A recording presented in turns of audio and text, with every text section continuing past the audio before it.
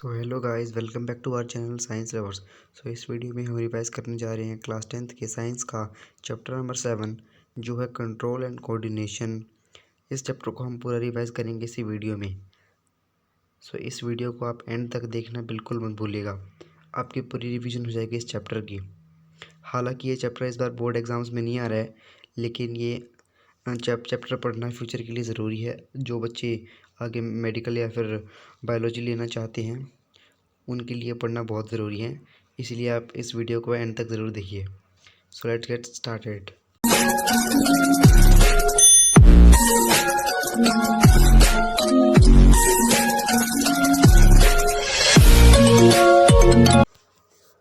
इसमें जो चैप्टर का नाम है, पहले हम उसका ही मतलब समझ लेते हैं। हमारे चैप्टर का नाम है कंट्रोल एंड कोऑर्डिनेशन। ये जो होता है, इसका मतलब होता है द एबिलिटी टू मूव और control the movements of your body properly. मतलब कि जो हमसे अगर हम हमारी बॉडी को अच्छे से काम करवा पाते हैं, वो हो गया हमारा कंट्रोल एंड कोऑर्डिनेशन। तो यहाँ पे हम देखेंगे, जैसे कि ये फॉर एग्ज़ाम्पल ये एक मैन है, इसके ब्रेन से यहाँ से सिग्नल आया और इसके फिंगर तक पहुँचा, जिसकी मदद से इसने अपने फिंगर को हिलाया। ये पूरा मैसेज था, ये इलेक्ट्रिकल सिग्नल्स की फॉर्म में ये इसके ब्रेन से लेके यहाँ तक ट्रांसफ़र हुआ। तो ये पूरा जो ट्रांसफ़र है, इसी वजह से इसकी जो बॉडी मूवमेंट है वो हो पाई। तो ऐसे ही जो हमारी बॉडी मूवमेंट्स हैं वो होती है प्लांट्स में भी और एनिमल्स पे भी, हम दोनों का देखेंगे। तो हम बढ़ते हैं हमारे अगले पॉइंट। हमारा अगला पॉइंट है ह्यूमन नर्वस सिस्टम। ये बेसिकली कंप्राइज होता है, हमारा जो ब्रेन है, ये हमारी जो स्पाइनल कॉर्ड है, देखिए ये हमारी स्पाइनल कॉर्ड है और ऊपर है यहाँ पे हमारा ब्रेन। ब्रेन से लेके यहाँ तक वो मैसेज आया हमारे पास और वो मैसेज पूरी बॉडी में फैल गया। ये यहाँ पे आप देख सकते हैं, ये सारे न्यूरॉन्स हैं। यह न्यूरॉन्स हमारी पूरी बॉडी में है, इनकी मदद से हम इलेक्ट्रिकल इम्पल्स ट्रांसफ़र करते हैं और ऐसे ही हमारे ब्रेन को पता लगता है कि अगला जो काम है वो क्या करना है। It is a system which controls and coordinate body functions. ये हमारे बॉडी के फंक्शंस को कंट्रोल और कोऑर्डिनेट करता है। इसमें अगला पॉइंट है वो है न्यूरॉन्स का। जो न्यूरॉन्स होती है वो बेसिक यूनिट होती है नर्वस सिस्टम की। ये पूरा एक ही सेल होता है। तो ये जो हमारा सेल है ये कंप्राइज करता है हमारी नर्व को, यानी कि फॉर एग्जांपल ये हमारी एक नर्व है, इसके अंदर बहुत सारे न्यूरॉन्स हमें देखने को मिलेंगे। कभी भी आप नर्व को ब्लड वेसल से कंपेयर मत कीजिएगा, ब्लड वेसल्स अलग होती हैं, ब्लड वेसल्स में ब्लड होता है। कौन सा है, उसके बेसिकली 4-5 पार्ट्स हैं, उन सभी पार्ट्स को हम देखेंगे। इसका जो पहला पार्ट है वो है डेंड्राइट। ये यहाँ पे जो ये हमारी ब्रांचेस जैसे निकली हुई हैं, इन्हें हम डेंड्राइट्स बोलते हैं। और ये जो हमारे बीच में जो बॉडी है, इसे हम सेल बॉडी बोलते हैं। और ये जो हमारा एलोंगेटेड पार्ट है, इसे हम बोलते हैं एक्सॉन। और यहाँ पे इन सभी ब्रांचेस को हम बोलते हैं नर्व एंडिंग। और जो दो न्यूरॉन्स हैं, यहाँ पे एक छोटा सा गैप होगा, जैसे फॉर एग्जांपल ये एक न्यूरॉन है, यहाँ पे हमने एक न्यूरॉन बनाया और यहाँ पे एक और न्यूरॉन है। तो इन दोनों के बीच का ये जो गैप है, इसे हम बोलते हैं साइनैप्स। तो ये जो साइनैप्स होता है, ये दो न्यूरॉन्स के बीच का गैप होता है। जो यहाँ पे जो डेंड्राइट है, डेंड्राइट में जो हमें इंफॉर्मेशन मिली वो इलेक्ट्रिकल इम्पल्स। जब कभी भी आपको इलेक्ट्रिकल इम्पल्स या इलेक्ट्रिकल सिग्नल नाम आए, तो आप समझ जाइएगा कि इलेक्ट्रॉन्स की बात कर रहे हैं, इलेक्ट्रिसिटी। जब इलेक्ट्रिसिटी बहुत ही कम अमाउंट में होती है तो उसे हम बोलते हैं इलेक्ट्रिकल इम्पल्स। तो यहाँ से बेसिकली जो इलेक्ट्रिकल इम्पल्स है वो आई और इस तरफ से इस डायरेक्शन में गई। कभी भी इस तरफ से इस डायरेक्शन में नहीं जाएगी, आप हमेशा याद रखिए इस डायरेक्शन में जाएगी। हमारी नर्व एंडिंग है, उसकी जो एंड है वहाँ पे जो हमारा सिग्नल था वो केमिकल में कन्वर्ट हो जाएगा। यानी कि जो एक्सॉन है, एक्सॉन तक हमारा इलेक्ट्रिकल इम्पल्स था, जो ट्रांसफ़र किया गया था वो इलेक्ट्रिकल इम्पल्स था, लेकिन जैसे ही वो नर्व एंडिंग में यहाँ पे साइनेप्स पे पहुँचेगा तो वो एक केमिकल में बदल जाएगा और वो केमिकल अगले न्यूरॉन में ट्रांसफ़र कर दिया जाएगा। तो इस तरीके से ये जो मैसेजेस है ये ट्रांसफ़र करते हैं एक न्यूरॉन से दूसरे न्यूरॉन में। यहाँ पे अगला हम देखेंगे रिफ्लेक्स एक्शंस। काफ़ी तरह के एक्शंस होते हैं, जैसे for example involuntary actions, voluntary actions and reflex actions. Voluntary actions होते हैं यानी कि जो हमें सोच समझ के करते हैं, जैसे फॉर एग्जांपल हम कोई लिखते हैं, कोई चीज़, किसी चीज़ को याद करते हैं, किसी किसी चीज़ को दोहराते हैं, तो वो हो गया एक वॉलंटरी एक्शन। वॉलंटरी यानी कि जिसमें हमारे ब्रेन का यूज़ हो, जो हम कॉन्शियसली करें, उसे हम बोलते हैं वॉलंटरी। और जो हमारे कंट्रोल में ना हो, इनवॉलंटरी होता है वो। तो for example heart beating, digestion, ये सब हो गया इनवॉलंटरी। जो रिफ्लेक्स एक्शन है वो भी एक इनवॉलंटरी एक्शन होता है, लेकिन वो एक सडन एक्शन होता है, एक स्पॉन्टेनियस रिएक्शन होता है। ये एक ऐसा एक्शन होता है जिसमें हमें फॉर एग्जांपल कोई इमरजेंसी या फिर कोई डेंजर का सिचुएशन आ गया, यहाँ पे हमने एक पेन लिया, हॉट पेन, उसको अगर हम हाथ लगाने की कोशिश करेंगे तो जो एक्शंस होंगे रिफ्लेक्स एक्शन, यानी कि जो हमारे जिससे जो सिग्नल है वो कैसे ट्रांसफ़र होंगे उसके बारे में हम पढ़ेंगे। यहाँ पे हम देखेंगे जो ये रिफ्लेक्स एक्शन है, यहाँ पे जैसे ही जो हीट जैसे ही हमारी बॉडी के लगेगी तो जो बॉडी के अंदर रिसेप्टर्स होंगे, जो रिसेप्टर्स होंगे वो उसे एब्जॉर्ब करेंगे और उसको वो इलेक्ट्रिकल सिग्नल में कन्वर्ट कर देंगे, और यहाँ से वो ऐसे जाएंगे और यहाँ से जाकर वो इधर आ जाएंगे, और इधर से वो जो स्पाइनल कॉर्ड है, ये हो गई हमारी स्पाइनल कॉर्ड, और स्पाइनल कॉर्ड सीधा ब्रेन के पास पहुँचा देंगे। अब नॉर्मली क्या होता है, अब जो स्पाइनल कॉर्ड है वो ब्रेन को मैसेज पहुँचाएगी और ब्रेन दोबारा हमको कोई मैसेज पहुँचाएगा जिसकी मदद से हम कोई एक्शन लेंगे। इसमें काफ़ी ज़्यादा टाइम जा सकता है हमारा, इसलिए हम क्या करते हैं, बिना सोचे समझे, बिना ब्रेन से पूछे ताछे, सिंपली हम रिले न्यूरॉन होता है, ये छोटा सा न्यूरॉन होता है, इसे हम बोलते हैं न्यूरॉन, इसको हम पास आउट कर देते हैं हमारी इलेक्ट्रिकल इम्पल्स, और ये जो न्यूरॉन है ये ट्रांसफ़र कर देता है मोटर न्यूरॉन को, और मोटर न्यूरॉन है वो मसल्स को अपना इलेक्ट्रिकल इम्पल्स ट्रांसफ़र कर देती है और वो मसल्स है वो मूव हो जाती हैं।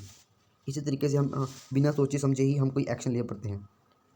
आप जब कभी भी किसी गर्म ऑब्जेक्ट को हाथ लगाओगे और आप ऐसा फील करोगे कि आपका हाथ जो है वो काफ़ी पहले हट गया है, यानी कि बिना सोचे समझे आपका हाथ पीछे आ जाएगा, आपको पता भी नहीं लगेगा, आपके साथ ऐसा होगा। तो इसलिए जो हमारा रिफ्लेक्स का मतलब होता है यहाँ पे कि एकदम से यहाँ पे आपकी कोई स्पॉन्टेनियस एक्शन होगा उसे हम बोलते हैं रिफ्लेक्स। कोई भी इमरजेंसी का सिचुएशन होगा तो यहाँ पे हम बिना ब्रेन से इंफॉर्मेशन लिए सीधा हम मसल्स को पहुँचा देते हैं। फिर यहाँ पे हम देखते हैं ये जो यहाँ पे एक हमें कर्व दिखेगा, यहाँ पे इस तरीके से ये नर्व में कर्व दिखेगा। इस नर्व में जो ये कर्व है वो क्यों है वो हम देखेंगे। ये जो ये नर्व है, ये जो कर्व, ये बेसिकली एक सेल बॉडी है, इस तरीके से होती है। जो हमारी न्यूरॉन होती है हमने पहले देखा, जो न्यूरॉन है वो कुछ इसी तरीके से होती है, और जो ये हमारा कर्व है ये बेसिकली सेल बॉडी ही है, और उसकी दो ब्रांचेस एक तरफ निकली हुई है और इसकी दूसरी ब्रांचेस एक तरफ निकली हुई है। ये बेसिकली ऐसा हो गया कि इस न्यूरॉन की ये ब्रांच एक तो ये है और दूसरी निकल गई उस तरफ, और ये बन गया इस तरीके से। अगर इसकी दो ब्रांचेस हो गई तो ये इसी शेप में आ जाएगा और ये अपना एक कर्व फॉर्म कर लेगा, इसलिए यहाँ पे एक कर्व होता है। तो ये था हमारा रिफ्लेक्स एक्शन के बारे में। अब हम आगे बढ़ते हैं ह्यूमन हार्ट की तरफ, ह्यूमन ब्रेन की तरफ। ह्यूमन ब्रेन में क्या होता है, जो हमारा ब्रेन है वो सभी एक्शन लेने के लिए हमें बोलता है, यानी कि हम कोई भी एक्शन बिना ब्रेन के कहीं नहीं कर सकते सिवाय रिफ्लेक्स एक्शन के। रिफ्लेक्स एक्शन ब्रेन से पहले ही हम कर लेते हैं। ब्रेन की काफ़ी ज़रूरत होती है हाँ इलेक्ट्रिकल इम्पल्सेस को हमारी हमारी तरफ ट्रांसफ़र करने में। वो हमारी मसल्स को एक मैसेज देती है कि हमें कब क्या काम करना है। तो यहाँ पे ब्रेन की बेसिकली यहाँ पे ब्रेन के 3 पार्ट्स होते हैं। पहला पार्ट होता है फोर ब्रेन, दूसरा मिड ब्रेन, हिंड ब्रेन, तीसरा जो हमारा फोर ब्रेन है वो हमारा आगे का पार्ट होता है। आप यहाँ पे देखिए, यहाँ पे ये हमारा ब्रेन है, इसका जी आगे का पार्ट होगा, ये होगा सेरिब्रम, उसके पीछे ये जो बेल शेप स्ट्रक्चर है ये होगा सेरिबेलम, और यहाँ पे ये होगा मेडुला, इसके ऊपर होगा पोन्स, और बीच में हमारा रह जाएगा मिड ब्रेन। तो इन सभी के हम फंक्शंस डिस्कस करेंगे। पहला हम देख लेते हैं फोर ब्रेन का। फोर ब्रेन में बेसिकली एक ही पार्ट होता है, वो होता है सेरिब्रम। सेरिब्रम के फंक्शंस क्या होते हैं? सेरिब्रम के फंक्शंस होते हैं initiation of movement, coordination of movement, temperature, touch, vision. Basically हमारे जितने भी सेंसेस होते हैं उन सभी सेंसेस का जो मूवमेंट होता है वो आता है फोर ब्रेन से, जैसे कि touch, hearing, vision, judgement, reasoning, problem solving, emotional, learning, memory. ये सभी जो फंक्शंस होते हैं, ये सभी एक्शंस आते हैं अंडर सेरिब्रम। यानी कि जो हम कभी भी इन एक्शंस को करते हैं, जैसे फॉर एग्जांपल हम किसी चीज़ को याद कर ले लर्न कर रहे हैं, तो हमारा जो सेरिब्रम है उससे हम मैसेज ले रहे हैं कि हमें यहाँ पे याद करना है, तो यहाँ पे इस सेरिब्रम का यूज़ होता है। दूसरा होता है यहाँ पे मिड ब्रेन। मिड ब्रेन क्या करता है? मिड ब्रेन इनवॉलंटरी एक्शंस को करता है कंट्रोल, जैसे रिफ्लेक्स एक्शंस, चेंज ऑफ प्यूपिल। हमारी आइज़ में जो प्यूपिल होता है उसका जो साइज़ है उसे चेंज करना आता है मिड ब्रेन में। और रिफ्लेक्स एक्शन हमने यहाँ पे देखा, जो रिफ्लेक्स एक्शन था, अगर ये हमारा रिफ्लेक्स एक्शन यहाँ पे ऊपर हमारे ब्रेन की तरफ जा रहा था, ये जो मैसेज है अगर ये ब्रेन की तरफ जा रहा है तो ये सीधा जाएगा हमारे मिड ब्रेन में, क्योंकि यहाँ पे जो मिड ब्रेन है वो यहाँ पे करता है कंट्रोल रिफ्लेक्स एक्शन। यानी कि अभी जो यहाँ पे मिड ब्रेन में, अभी जो यहाँ पे जो हमारा सिग्नल जा रहा था वो सीधा जा रहा था मिड ब्रेन में, लेकिन हमने ब्रेन से सोचे समझे पहले ही हमने एक्शन ले लिया, वो हमने पहले यहाँ पे रिफ्लेक्स एक्शन में देखा। फिर आता है हमारा हिंड ब्रेन। हिंड मतलब पीछे का हिस्सा। इसमें बेसिकली 3 पार्ट्स होते हैं। इसका पहला पार्ट है मेडुला। जो हमारा मेडुला होता है वो होता है, जैसे फॉर एग्जांपल ये हमारा ब्रेन है, इसके पीछे ये बेल शेप स्ट्रक्चर है, और ये हमारी यहाँ पे है एक एक ट्यूब स्टेप स्ट्रक्चर जो सीधी जा रही है नीचे स्पाइनल कॉर्ड की तरफ, और यहाँ पे है हमारा एक पॉन्स। इसे ये भी हमारा पार्ट होता है हिंड ब्रेन, कैसे हम बोलते हैं पॉन्स, और बीच में रह गया हमारा मिड ब्रेन।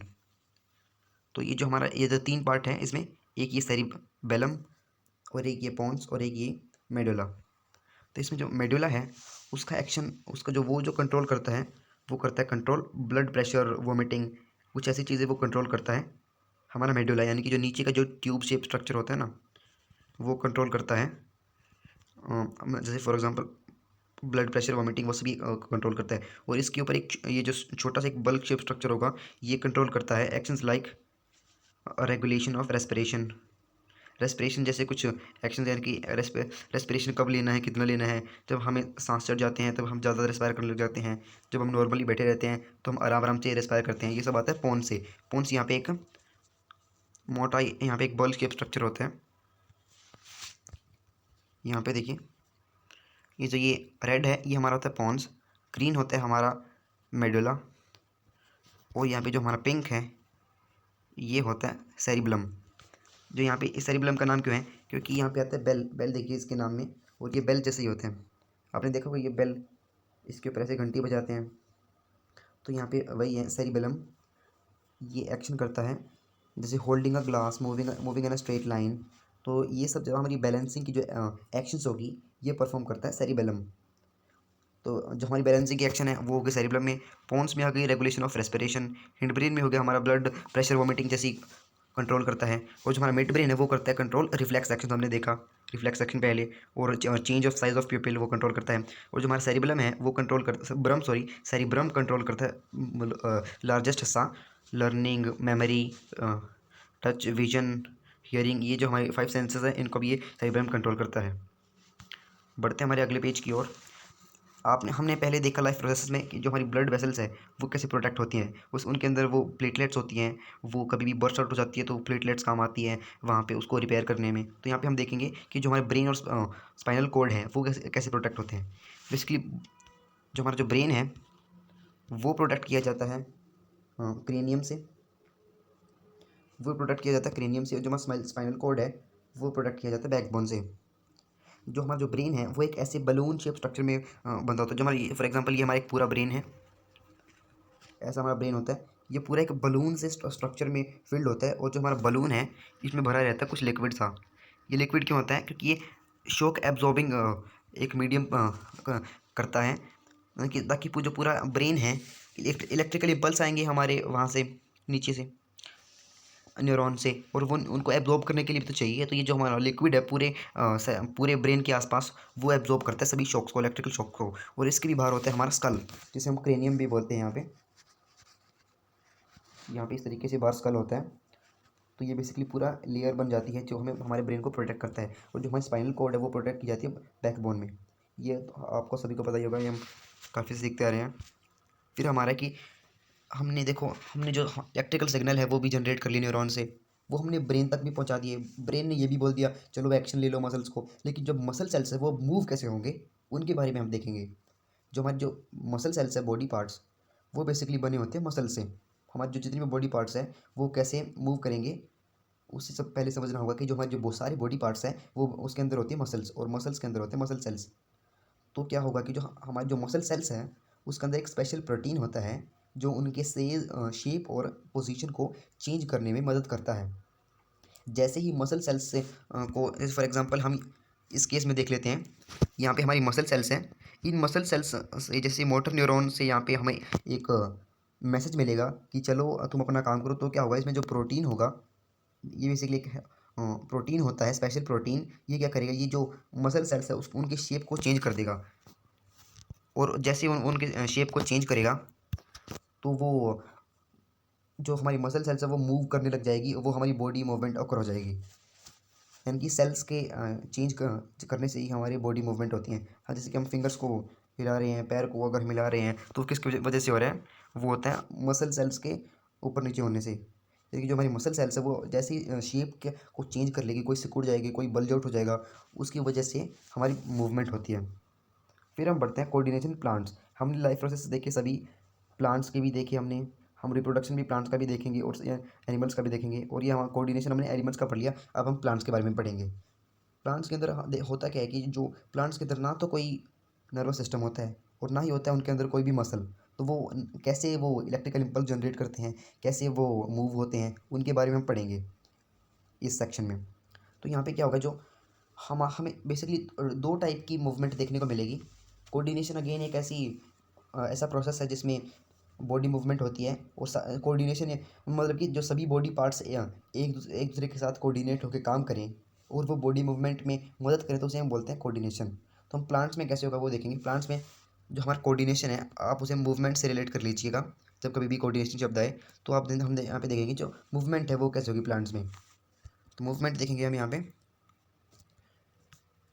इसमें जो पहली टाइप की मूवमेंट है वो होती है इमीडिएट रिस्पॉन्स टू स्टिमुलस, यानी कि एकदम से जब कोई एक्शन हो जाता है उसको अगर हमें रिस्पॉन्ड करना है तो क्या होगा।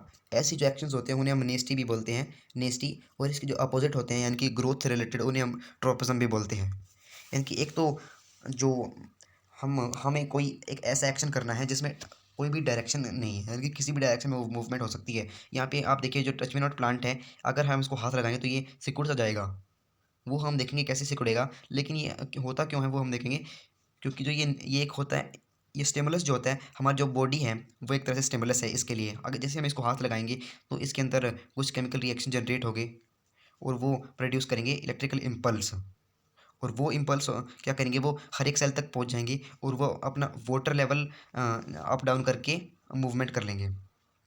कैसे, हमने पहले एनिमल्स में देखा कि वहाँ पे एक स्पेशल प्रोटीन होता है वो उनकी शेप को चेंज कर देता है, लेकिन इनके अंदर तो वो कोई स्पेशल प्रोटीन होता है नहीं। तो ये क्या करते हैं, ये अपने सेल्स में वाटर जो होता है, वाटर्स को ऊपर नीचे कर लेते हैं। अगर वाटर हाई हो गया तो सेल्स बल्ज आउट हो जाएंगे, यानी कि हाईली फिल्ड विद वाटर हो जाएंगे। अगर वाटर लो हो गया तो सेल्स सिकुड़ से जाएंगे बेसिकली।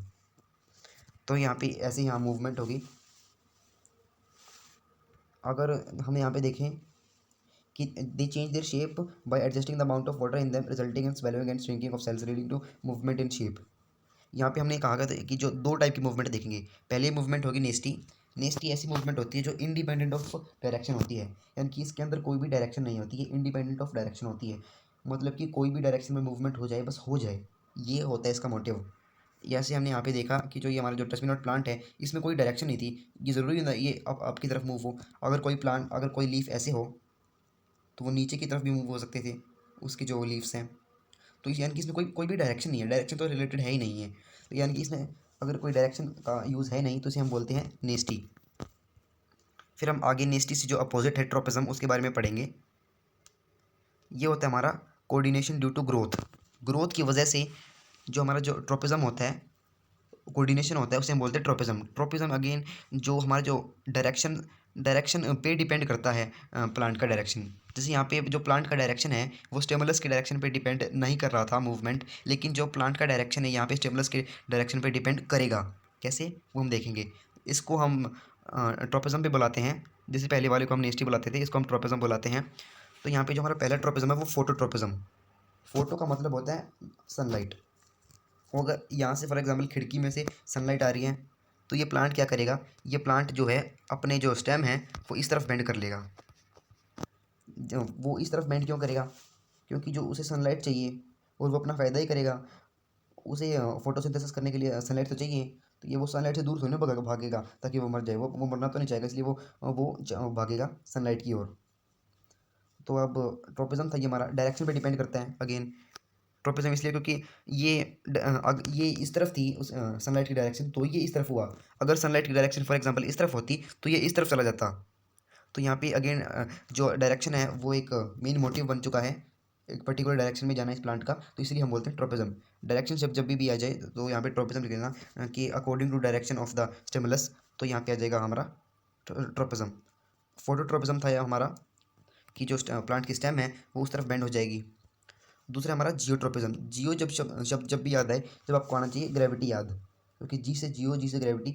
जो ग्रेविटी है वो अर्थ से होती है और अर्थ को हम जियो भी बोलते हैं इसलिए। तो इसलिए जो हमारा जो जियो है उसे आप ग्रेविटी मान के चलिए। यहाँ पे अगर हम जूम इन करें तो यहाँ पे हम देखेंगे जो हमारा जो ये प्लांट है हमने इसको हॉरिजॉन्टली रखा कि यहाँ पे हमारा ये एक गमला है, इसके अंदर हमने एक प्लांट लिया और उसके हॉरिजॉन्टली रख दिया उसे हमने। तो क्या होगा, जो जो हमारा जो ये स्टेम है वो तो जाएगा upside as a result of tropism, और ये जो हमारा जो रूट्स होती हैं वो जाएगी नीचे की तरफ। यानी कि वो एक जो नॉर्मल प्लांट होता है वो भी इसी तरफ होता है, ऊपर उसकी स्टेम होती है, नीचे उसकी रूट्स होती हैं। तो ये भी वैसा बनने की कोशिश करेगा, इसकी जो रूट्स है वो नीचे जाना चाहेगी जैसे इसमें है, और उसकी जो स्टेम है वो ऊपर जाना चाहेगी जैसे इसमें है। तो यहाँ पे ये था हमारा जियोट्रोपिज्म। ये हम पॉजिटिव नेगेटिव की याद रख सकते हैं। जब कभी भी स्टिमुलस की तरफ अगर कोई ऑब्जेक्ट अट्रैक्ट हो, कोई भी सॉरी प्लांट अगर स्टिमुलस की तरफ अट्रैक्ट हो तो उसे हम बोलते हैं पॉजिटिव, टुवार्ड स्टिमुलस। अगर स्टिमुलस से दूर यानी कि अवे फ्रॉम स्टिमुलस तो उसे हम बोलते हैं नेगेटिव। इस केस में जो स्टेम की मूवमेंट थी वो थी पॉजिटिव, वो थी नेगेटिव, क्योंकि ग्रेविटी नीचे की तरफ थी, वो जा रही थी ऊपर। और जो हमारी जो यहाँ पे रूट है उसकी थी पॉजिटिव, क्योंकि वो ये नीचे जा रही है, ग्रेविटी भी नीचे है। तो towards the direction of stimulus होगी positive, against the direction of stimulus होगी नेगेटिव। अगर यहाँ पे सनलाइट देखें तो सनलाइट ये भी सनलाइट की तरफ जा रहे हैं, सनलाइट की तरफ, तो ये भी होगी पॉजिटिव। और अगर इसकी रूट्स को हम देखेंगे तो यहाँ पे ये नेगेटिव हो जाएगी, इस तरफ चली जाएगी। ये था हमारा जियोट्रोपिज्म। आगे हम पढ़ेंगे कैमोट्रोपिज्म के बारे में। कैमोट्रोपिज्म होता है बेसिकली जो हमारे प्लांट्स होते हैं उसके अंदर जो पोलन ट्यूब्स होती हैं वो कैसे बनती हैं, growth of pollen tube towards ovary. यहाँ पे हम देखेंगे कि ये जो हमारा ये हमारे एक फीमेल पार्ट है, फीमेल पार्ट और मेल पार्ट दोनों है इसमें। तो यहाँ पे क्या होगा कि ये जो ओव्यूल्स है, यहाँ पे बहुत सारे ओव्यूल्स इकट्ठा हो गए, तो ये क्या करेंगे, ये अपनी पोलन ट्यूब बनाएंगे ताकि ये इस तक पहुँच सके, ये जो ओव्यूल है उस तक पहुँच सके, ये अपना रास्ता खुद बनाते हैं। तो ये जो क्या होता है जैसे कि यहाँ पे बेसिकली यहाँ पे केमिकल इकट्ठा हो जाता है और उस केमिकल की ओर अट्रैक्ट होते हुए हमारे जो पोलन्स है वो आ जाते हैं। ये भी बेसिकली एक पॉजिटिव ट्रोपिज्म हुआ, क्योंकि ये इसकी तरफ आ रहे हैं, इसके अंगेज तो जा रही नहीं, तो इसलिए यहाँ पे हुआ हमारा कैमोट्रोपिज्म। केमिकल की तरफ जब ये हमारे पोलन ट्यूब आती है तो वो हो जाती है यहाँ पे हमारी कैमोट्रोपिज्म। बेसिकली यहाँ पे केमिकल्स जिसकी बात की वो मैंने, एक तरह से ग्लैंड होता है, वो हम हायर क्लासेस में पढ़ेंगे। अगला है हमारा हाइड्रोट्रोपिज्म। हाइड्रो जैसे नाम से ही पता लग रहा है, हाइड्रा मतलब वाटर। जैसे कि हमने पहले देखा कि जो प्लांट है उसे वाटर भी चाहिए, सनलाइट भी चाहिए। अगर उसके पास हम वाटर रख दें तो वाटर से दूर तो भागेगा नहीं, क्योंकि उसे तो चाहिए, वो मरना तो चाहेगा नहीं। तो इसलिए क्या होगा, अगर हम एक तरफ फॉर एग्जांपल प्लांट के एक तरफ पानी डाल दें तो क्या होगा, उसकी जो रूट्स हैं वो उसकी तरफ अट्रैक्ट हो जाएगी और वहाँ पे एक पॉजिटिव ट्रोपिज्म देखने को मिलेगा, जिससे हम बोलते हैं हाइड्रोट्रोपिज्म। अगला टॉपिक हमारा हॉर्मोन्स का। हॉर्मोन्स क्या होते हैं बेसिकली, हमने यहाँ पे देखा पहले वाले सेक्शन में कि हमने कोऑर्डिनेशन देखा, कोऑर्डिनेशन प्लांट्स। कोऑर्डिनेशन में क्या होता है कि जो इलेक्ट्रिकल सिग्नल है वो ट्रांसफ़र कर देते हैं पूरी प्लांट बॉडी में, ताकि जो प्लांट है वो एक्शन लेने के लिए तैयार हो। तो यहाँ पे हॉर्मोन्स का भी बिल्कुल सेम काम होता है। हॉर्मोन्स क्या होते हैं, ग्लैंड जो है वो हॉर्मोन सिक्रेट कर देते हैं ताकि कोई काम उन्हें अगर करना हो, उस काम को करने के लिए वो हॉर्मोन सिक्रेट कर देते हैं। और वैसे ही यहाँ पे होते हैं, ये जो हमारे जो प्लांट्स हैं यहाँ पे ये इलेक्ट्रिकल इम्पल्स क्रिएट करते हैं, सॉरी बनाते हैं, ताकि ये अपना जो काम है वो कर सके, वो ब्रेन तक जा सके। तो यानी कि इन दोनों के हार्मोन और इनकी काफ़ी मिलते जुलते फंक्शंस होते हैं, हार्मोन और हमारी जो इलेक्ट्रिकल इम्पल्स हैं इनके। अगर हम यहाँ पे देखें, हार्मोन्स होते हैं, मॉलिक्यूल्स होते हैं बेसिकली, जो ग्लैंड से प्रोड्यूस होते हैं। ग्लैंड प्रोड्यूस करते हैं ये मॉलिक्यूल्स, जिनको हम बोलते हैं हार्मोन्स। और ये जो ग्लैंड्स होते हैं वो एंडोक्राइन सिस्टम का पार्ट होते हैं। एक्सोक्राइन भी होते हैं, उनके बारे में हम नहीं पढ़ेंगे अभी, तो हम पढ़ेंगे अभी एंडोक्राइन। इसमें क्या होता है, इसमें जो हमारा एंडोक्राइन सिस्टम है वो क्या करता है, वो मैसेजेस सेंड करता है to various part of the body. यानी कि हमें एक ऐसे मैसेजेस ट्रांसफ़र करता है in the form of hormones. जो हमारे हॉर्मोन्स होते हैं ये इटसेल्फ मैसेजेस होते हैं। यानी कि अगर हम हार्मोन को एक इलेक्ट्रिकल इम्पल्स से कंपेयर करें तो हम बिल्कुल भी रॉन्ग नहीं होंगे। हार्मोन और इलेक्ट्रिक इम्पल्स में काफ़ी सारी सिमिलैरिटीज़ हैं। हार्मोन भी एक तरह का मैसेज है जो ग्लैंड प्रोड्यूस करते हैं ताकि कोई काम कर सकें। और जो हमारी इलेक्ट्रिकल इम्पल्स है वो भी एक तरह से मैसेज है जो न्यूरॉन से बनाते हैं, सॉरी, ताकि कोई काम वो कर सकें। तो यहाँ पे कभी भी आप ये मत करना कि हार्मोन जाके कोई काम करेगा। हार्मोन कभी भी कोई टास्क परफॉर्म नहीं करेगा। हार्मोन्स एक जस्ट एक्शन होते हैं, ये एक मैसेज होते हैं ताकि वो दूसरे जो हमारी बॉडी पार्ट्स हैं उनको वो मैसेज पहुँचा सके और वो अपना काम कर सके। हार्मोन यानी कि यहाँ पे एक मैसेज होता है। फिर यहाँ पे हम देखेंगे हार्मोन्स एंड प्लांट्स। आगे हम हार्मोन्स एंड एनिमल्स भी देखेंगे।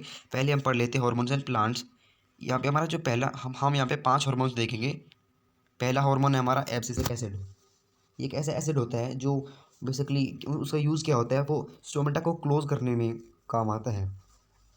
स्टोमेटा क्लोज होगा, वो कैसे क्लोज होगा, उसे मैसेज तो चाहिए, यानी कि वो मैसेज होगा इन the form of abscisic acid. Abscisic acid वहाँ पे प्रोड्यूस हो जाएगा बहुत सारा और वो स्टोमेटा हो जाएगा क्लोज। यहाँ पे हमें नई टर्म देखने को मिलती है, वो होती है डोरमेंसी। डोरमेंसी का मतलब होता है कि जो हमारा जर्मिनेशन होता है सीड में वो अच्छे से ना हो, लेकिन कंडीशंस वहाँ पे बराबर है।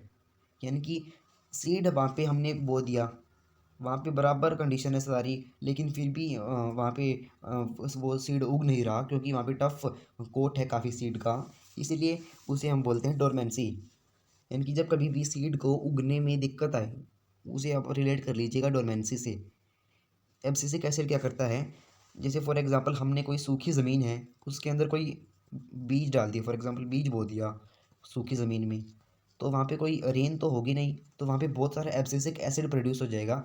और वो जो यहाँ पे हमने जो बीज बोया था वहाँ पे बहुत सारा एब्सिसिक एसिड प्रोड्यूस हो जाएगा और वो इसको बोलेगा कि वो इसकी जो ग्रोथ है उसको रोकेगा। बेसिकली ग्रोथ को रोकने वाला होता है और ये ग्रोथ को पॉजिटिव वे में रोक रहा है, क्योंकि अगर यहाँ पे ग्रोथ होती रही तो ये काफ़ी सारी एनर्जी लॉस्ट कर बैठेगा यहाँ पे। लेकिन ऊपर तो कुछ उगना है नहीं क्योंकि पानी तो मिल नहीं रहा है इसको, बिल्कुल सूखी बंजर ज़मीन है, इसके अंदर हमने बीज बो दिया। तो ये यानी कि एक सही काम के लिए ये रास्ता चुनता है एब्सिसिक एसिड। ये क्या करता है, ये सीड डोरमेंसी करता है। यानी कि ये जो डोरमेंसी यानी कि उसकी ग्रोथ को रोकता है सीड की, और वो पॉजिटिव वे में रोकता है ताकि वो अपनी एनर्जी इस वेस्ट ना करे। और जैसे ही वहाँ पे बारिश होती है तो ये सारा एब्सिसिक एसिड वॉश भी हो जाता है और वो उग जाता है। आगे हम देखेंगे ऑक्सिन्स। ऑक्सिन्स जो होते हैं वो होते हैं बेसिकली जो सेल को एलोंगेट करने में काम आते हैं। फॉर एग्जांपल ये हमारे एक सेल है यहाँ पे प्लांट का, इसको अब हमने इलेंगोट करना है, सॉरी इलोंगेट करना है। तो यहाँ पे क्या होगा, जो यहाँ पे बहुत सारा ऑक्सीजन इकट्ठा हो जाएगा और वो एक तरफ से सेल को इलोंगेट कर देंगे। तो सेल कैसा दिखने लग जाएगा, कुछ इस तरीके से दिखने लग जाएगा, क्योंकि एक तरफ से बहुत ज़्यादा इलोंगेट हो गया है तो दूसरी तरफ से बिल्कुल शॉर्ट। अगर हम ऐसी सीरीज़ बना दें ऐसी सेल्स की तो क्या होगा, प्लांट मुड़ने लग जाएगा। यस, इसी तरीके से प्लांट मुड़ता है। अगर प्लांट सनलाइट की तरफ अट्रैक्ट होता है तो कुछ इसी तरीके से होता है। जैसे यहाँ पे हमने देखा जो ये जो हमारी स्टेम है, स्टेम के अंदर क्या होगा, स्टेम के अंदर जो सेल्स है वहाँ पे एक तरफ बहुत सारा इकट्ठा हो जाएगा ऑक्सिन, और वो एक तरफ के सेल को इलोंगेट कर देगा। और जैसे ही वो एक तरफ के सेल को इलोंगेट करेगा तो कुछ इस तरीके से फिगर बन जाएगा। एक तरफ के इलोंगेट हो रहे हैं इसलिए इस तरीके से फिगर बन जाएगा और वो प्लांट मुड़ जाएगा इस तरफ। कुछ इस तरीके से होता है हमारा ऑक्सीजन का काम। दूसरा होता है साइटोकिनिन। एब्सिसिक से याद कर लीजिए आप, एब्सिसिक क्लोजिंग ऑफ स्टोमेटा करता है और सीड डोरमेंसी को करता है, यानी कि जो सीड की ग्रोथ है उसे रोकता है जब कंडीशन सही ना हो, और स्टोमेटा को क्लोज कर रखता है जब पानी ज़्यादा वेस्ट हो रहा हो। और दूसरा ऑक्सीजन, ऑक्सीजन हेल्प करता है सेल की इलोंगेशन में और differentiation of shoots and roots, इनकी ग्रोथ में हेल्प करता है। ऑक्सीजन बेसिकली हमारा ग्रोथ हार्मोन होता है। साइटोकिनिन क्या होता है, ये प्लांट की जो सेल्स होते हैं उनको डिवाइड करने में काम आता है। सेल डिवीजन में इसका काफ़ी रोल होता है। सेल डिवाइड करने में प्लांट को पता कैसे लगेगा कब सेल डिवाइड करना है। जो प्लांट है वो एक हार्मोन सिक्रीट कर देगा साइटोकिनिन, और वो हार्मोन है वो पर्टिकुलर सेल में जाके अटक जाएगा और वहाँ पे उसे बोलेगा कि चल सेल तो डिवाइड हो जा। तो इसीलिए जो सेल डिवीजन है वो प्रमोट करता है साइटोकिनिन। दूसरा हमारा इथेलिन। जो हमारा इथेलिन है ये क्या करता है, बेसिकली आपने देखा होगा ये राइपनिंग ऑफ फ्रूट्स में काम आता है। हम जो ऑक्सीन है ये होता है ग्रोथ हार्मोन, ग्रोथ को करता है। एब्सिसिक एसिड है ये ग्रोथ को रोकता है, ये ऑक्सीन ग्रोथ को बढ़ावा देता है। साइटोकिनिन है ये भी एक आप मान लीजिए ये सेल को डिवाइड करता है। जो इथलाइन है उसे उसे आप ना ग्रोथ हार्मोन कह सकते और ना ही आप इसे ग्रोथ रोकने वाला। वो क्या करता है, वो राइपनिंग ऑफ फ्रूट्स में काम आता है। यानी कि जब कभी भी आप फ्रूट्स देखोगे, फॉर एग्जाम्पल हमने एप्पल लिया, अगर एप्पल ये सड़ गया है तो क्या होगा, इसके अंदर बहुत सारा इथैलीन हार्मोन है वो इकट्ठा हो जाएगा। और इथैलीन बेसिकली एक गैस होती है, वो गैस सभी जगह ट्रांसफ़र हो जाएगी और उसके आसपास जो एप्पल्स होंगे वो गैस उसके अंदर चली जाएगी, और वो जो इसके आसपास रखे एप्पल्स होंगे उनको भी ख़राब कर देगी। इसलिए कभी कहते हैं कि कभी भी सड़े हुए जो फ्रूट्स हैं उनके आसपास दूसरे फ्रूट्स नहीं रखने चाहिए। तो इसी तरीके से हमारा जो इथैलीन है वो काम करता है। लास्ट है हमारा जिब्रेलिन। तो हमारा जो जिब्रेलिन है वो करता है बेसिकली, उसका मेन काम होता है स्टेम को इलॉन्गेट करने में।